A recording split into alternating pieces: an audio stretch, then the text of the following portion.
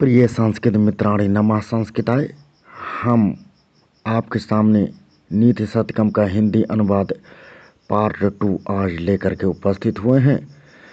दुर्जन पद्धति चल रही थी जिसमें के 3 श्लोक हो चुके हैं, अर्थात 42, 43, 44 श्लोक हो चुके हैं।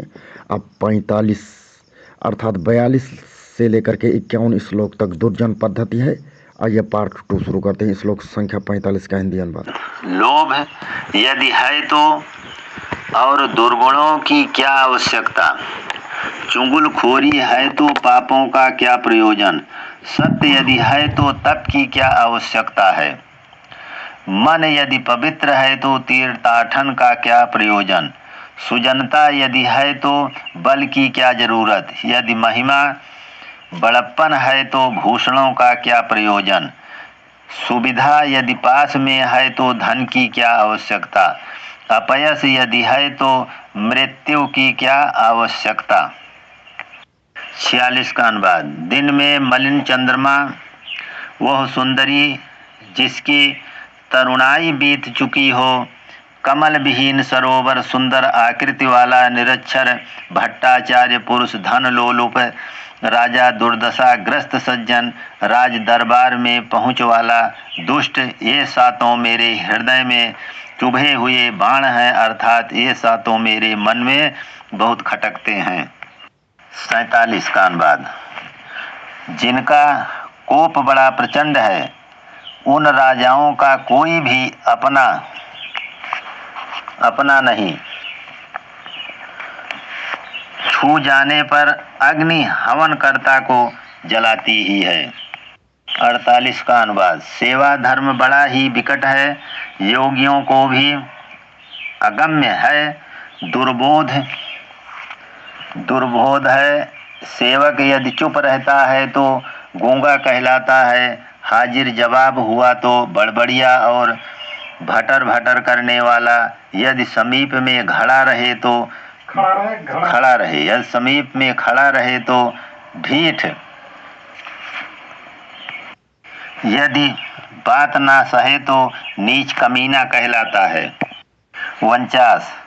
जो नीच सर्वगुण द्वेषी है और जो संयोग बस विभव पाए हुए है, जो अपनी पहले ही अधम कर्म वृत्ति को एकदम भुला बैठा है, जो उच्छृंखल है और जिसने खल मंडली का गौरव बढ़ा दिया है प्रोत्साहन द्वारा अथवा अपनी उन्नत द्वारा, उस नीच की पहुंच के भीतर उसके वंश में रहकर कौन सुख से रह सकता है।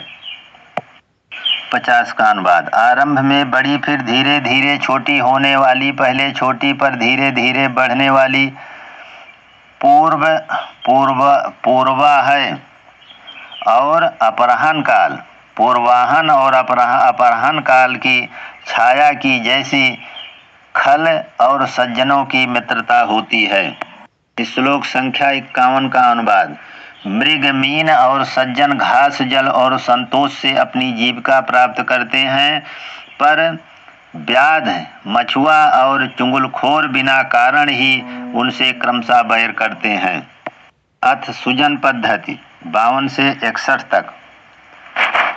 जिनको सज्जनों की संगत की चाह है और जो दूसरों के गुण से प्रेम रखते हैं, बड़े बूढ़ों के प्रति जो नम्र बने रहते हैं, जिन्हें विद्या में व्यसन है, विद्योपार्जन में जो लगे रहते हैं, अपनी स्त्री से जिन्हें प्रेम रहता है, लोक निंदा से जो डरते हैं, शिव में जिनकी भक्ति रहती है और जो आत्मदमन करते हैं, अपनी इंद्रियों को बस में रखते हैं, जो खलों की संगत से दूर भागते हैं, ये निर्मल गुण जिन महापुरुषों में विद्यमान हैं, उन महात्माओं को हम प्रणाम करते हैं।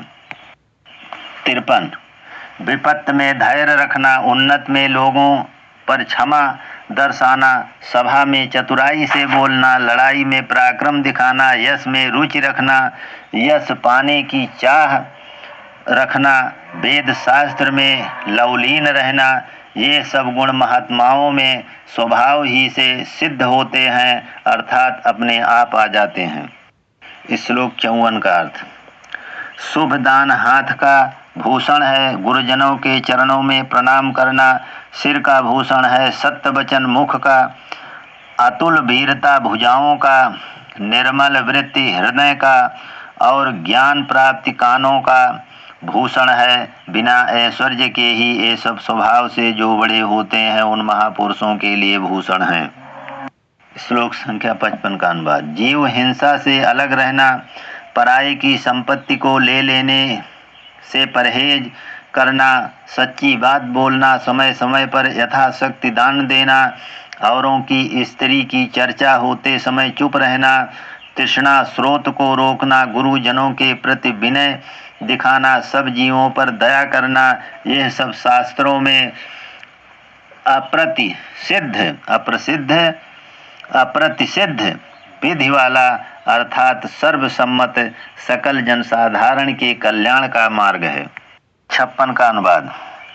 संपत्ति में बड़ों का चित्त कमल के जैसा कोमल रहता है, पर जब विपत्ति आ धमकती है तब वही उत्पल कोमल चित्त महाशैल की चट्टान के समान कड़ा हो जाता है।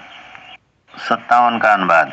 गुप्त दान करना, घर आए जनों का सत्कार करना, लोगों की भलाई करके चुप रहना, किसी से न कहना, किसी के उपकार करने पर सभा समाज में उसकी खूब घोषणा करना, धन पाकर गर्व नहीं करना, दूसरों के बारे में बोलते समय किसी तरह का अपमान नहीं दिखाना, किसने सज्जनों को ऐसा विषय असी धारा व्रत सिखाया, किसने सज्जनों को तलवार की धार पर चलने के समान ये कठिन व्रत सिखाया।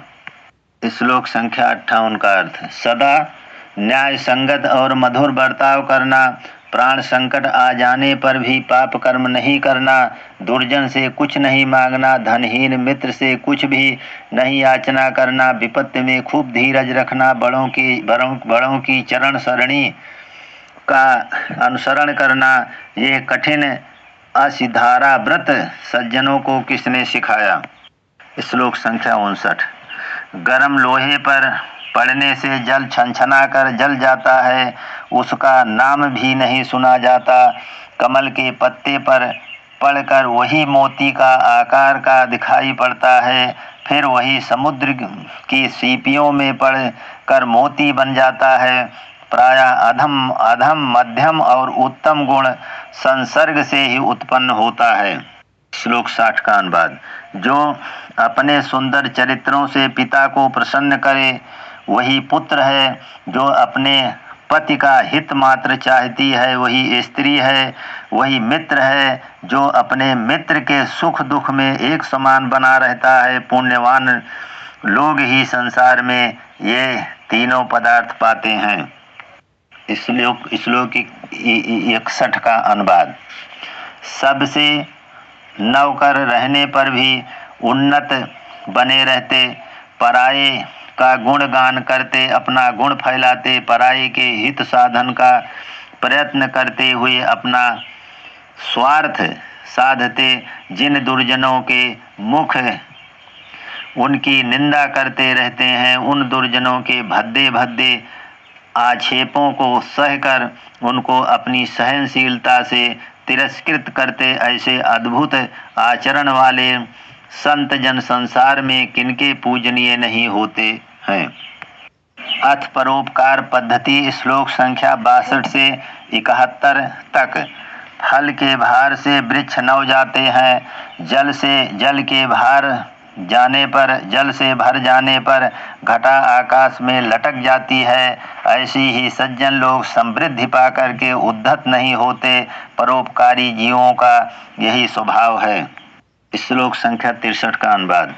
करुणामय पुरुषों के कान की शोभा शास्त्र श्रवण से है, कुंडल से नहीं। हाथ की शोभा दान से, ना कि कंकड़ पहनने से, और शरीर परोपकार से शोभता है, ना कि चंदन लगाने से। श्लोक 64 का अनुवाद। सूर्य कमलों को खिलाता है, चंद्रमा कुमुदनियों के समूह को खिलाता है। मेघ भी बिना किसी के विनती करने पर ही जल बरसाता है। संत लोग अपने ही आप किसी के प्रार्थना न करने पर भी परोपकार करने का आग्रह करते हैं। श्लोक 65 का अनुवाद। पराये के हित के लिए जो अपने हित का ख्याल नहीं करते हैं वह उत्तम, जो अपने हित को बिना कुछ हानि किए ही औरों का हित करते हैं वह सामान्य साधारण, और जो अपनी भलाई के लिए औरों के हित को नष्ट करते हैं वह अधम है। मनुष्य नामधारी राक्षस है, पर जो व्यर्थ ही पराये के हित की हानि करते हैं उनको हम क्या कहें नहीं जानते। 66 का अनुवाद। पाप करने से अलग रखता, अच्छा काम करने में लगाता, मित्र की छिपाने योग्य बात छिपाता और उसके गुणों को फैलाता, विपदग्रस्त देखकर ना छोड़ता, समय आने पर कुछ देता। संत जन सच्चे मित्र का यही लक्षण बतलाते हैं। श्लोक संख्या 67। पहले दूध ने अपने में मिले जल में अपने सारे गुण दे डाले, रंग रूप मिठास इत्यादि, इसलिए अपने मित्र के दुख को देख करके उसको औटाए जाते देख जल ने पहले अग्नि में अपनी आत्माहुति कर दी, पर अपने मित्र जल को आग में जलता देख दूध उफना कर आग में कूद पड़ना चाहता है, लेकिन जब उफनाते हुए दूध पर जल छिड़का जाता है तब वो शांत हो जाता है। सज्जनों की मित्रता ऐसी होती है। श्लोक संख्या 68 का अनुवाद। इधर विष्णु सोते, उधर उनके शत्रुगण, इधर शरणार्थी पर्वत समूह सोते, उधर बड़वा नल समस्त संवर्तक मेघों के सहित। अहो समुद्र का शरीर कितना विस्तृत, सबल और भार सहने वाला है। श्लोक संख्या 69 का अनुवाद। उसी एक कच्छप देव का जन्म लेना सफल है, जिसने पृथ्वी के भार को ढोने के लिए अपनी पीठ अर्पण कर दी। ध्रुव का जन्म लेना प्रशंसनीय है, जहाँ यह तारा ग्रह समूह नियम पूर्वक घूमता रहता है और सब दूसरे प्राणधारी जो परोपकार करने में असमर्थ हो तथा ना तो ऊपर गए और ना नीचे, वह इस जगत में जन्मने के बाद उसी तरह व्यर्थ मर जाते हैं जैसे गूलर के कीड़े। श्लोक 70 का अनुवाद। लालच छोड़ो, क्षमा करो, घमंड छोड़ो, पाप में मन ना लगाओ, सत्य बोलो। संत जन जिस मार्ग से चलें उसी से तुम भी चलो। विद्वानों की सेवा करो, पूजनीय लोगों का मान करो, शत्रुओं को भी मिलाए रखो, अपनी नम्रता फैलाओ, अपनी कीर्ति का पालन करो, दुखियों पर दया दर्शाओ, यही सज्जनों का लोक व्यवहार है। श्लोक संख्या 71 का अनुवाद। मन वचन और शरीर द्वारा पुण्य रूपी अमृत से भरे हुए अपने उपकारों द्वारा तीनों लोकों को प्रसन्न रखने वाले, दूसरों के परमाणु जैसे छोटे से छोटे गुणों को बढ़ाकर पहाड़ के ऐसा सर्वदा बड़ा दिखलाने वाले तथा अपने मन में संतुष्ट रहने वाले संत जन संसार में कितने हैं। अथ धैर्य पद्धति 72 से 81 तक। समुद्र के रत्नों को मथ कर निकाल कर देवता लोग संतुष्ट न रहे, भयानक हलाहल को पा करके भी डर कर बैठ न गए, अमृत को पाए बिना वह लोग विश्रांत न हुए, उन्हें चैन न मिला। धीर पुरुष अपने निश्चित उद्देश्य को पूरा किए बिना कभी नहीं रहते, बिना पूरा किए नहीं हटते। श्लोक संख्या 73। विघ्न के भय से नीच पुरुष कार्य में हाथ नहीं लगाते। मध्यम वर्ग के लोग कार्य आरंभ करने के बाद विघ्न आ जाने पर झटपट काम से हाथ खींच लेते हैं, परंतु उत्तम वर्ग के मनुष्य विघ्नों के बार बार आघात करने पर भी अपने शुरू किए गए काम को नहीं छोड़ते, समाप्त ही कर दिखाते हैं, चाहे विघ्न बाधाएं क्यों न आ पड़े। 74 का अनुवाद। कभी पृथ्वी पर सोते, कभी पलंग पर, कभी साग खाकर दिन काटते, कभी बढ़िया चावल का भात खाकर, कभी फटा पुराना चिथड़ा पहनते और कभी बढ़िया रेशमी वस्त्र। यूं अपना काम पूरा करने वाले मनस्वी लोग सुख दुख की परवाह नहीं करते। 75 नीतिज्ञ लोग निंदा करें या प्रशंसा लक्ष्मी इच्छा अनुसार आए या चली जाएं, आज ही मरण हो या युगों के बाद, परंतु धीर पुरुष न्याय के मार्ग से कभी विचलित नहीं होते हैं। 76 का अनुवाद। जिनके मन को सुंदरी रमण का कटाक्ष रूपी सर नहीं बेध सकता और क्रोध रूपी अग्नि का ताप नहीं जला सकता तथा विविध प्रकार की सांसारिक विषय वासनाएं अपने लोभ पाशों द्वारा आकृष्ट नहीं कर सकती, वही धीर पुरुष इस संपूर्ण त्रिभुवन को जीतता है। 77 का अनुवाद। धीर पुरुष का धैर्य गुण मिटाया नहीं जा सकता, चाहे वो कितना कलेशापन्न क्यों न हो। उलट देने पर भी अग्नि की शिखा नीचे की ओर कभी नहीं जाती, उसकी ज्वाला ऊपर को ही भागती है। श्लोक संख्या 78 का अनुवाद। ऊंचे पहाड़ के शिखर पर से अपने को नीचे किसी कठिन पथरीली जमीन पर गिराकर जान दे देना कहीं अच्छा है। बड़े विषैले सांप के तीखे दांतों के बीच हाथ डाल देना कहीं अच्छा है। जलती हुई धधकती आग में कूद पड़ना कहीं अच्छा है, परंतु शील भ्रष्ट होना, चरित्रहीन होना किसी हालत में अच्छा नहीं है। श्लोक संख्या 79 का अनुवाद। जिस मनुष्य के शरीर में सारे संसार की प्यारी वस्तु शील है, उसके लिए आग पानी हो जाती, समुद्र नहर हो जाता, मेरु पहाड़ तत्काल ही छोटी शिला हो जाता, सिंह तुरंत ही हरिण हो जाता, सर्प पुष्पमाला हो जाता और उसके लिए विष अमृत हो जाता है। श्लोक संख्या 80। काटने पर भी वृक्ष बढ़ता है, क्षीण होने पर भी चंद्रमा फिर बढ़ जाता है। यह सोचकर संत लोग संसार में दुख पीड़ित होने पर भी दुखित नहीं होते हैं। श्लोक संख्या 81 का अनुवाद। ऐश्वर्य का विभूषण सुजनता, सूरता का वचन संयम, ज्ञान का शांति, शास्त्र पढ़ने का विनय, धन का सत्य, पात्र में दान करना, तपस्या का, क्रोध नहीं करना, प्रभुता का, क्षमा और धर्म का भूषण है। निश्चलता यह शील बड़ा भारी भूषण है, यह सबकी जड़ है। श्लोक अथ दैव पद्धति 82 से 91 तक। जिस इंद्र के नेता सलाहकार स्वयं बृहस्पति थे, जिसका हथियार वज्र था और सैनिक सारे देवगण, जिसका कि दुर्ग स्वर्ग था और जिस पर स्वयं भगवान विष्णु की कृपा रहती थी, जिसका ऐरावत हाथी था, ऐसे अद्भुत बल समन्वित इंद्र समर में अपने शत्रुओं से हार खाकर भाग जाते थे। इसलिए यह स्पष्ट है कि भाग्य का ही एक भरोसा है, छी पौरुष वृथा है। श्लोक संख्या 83 का अनुवाद।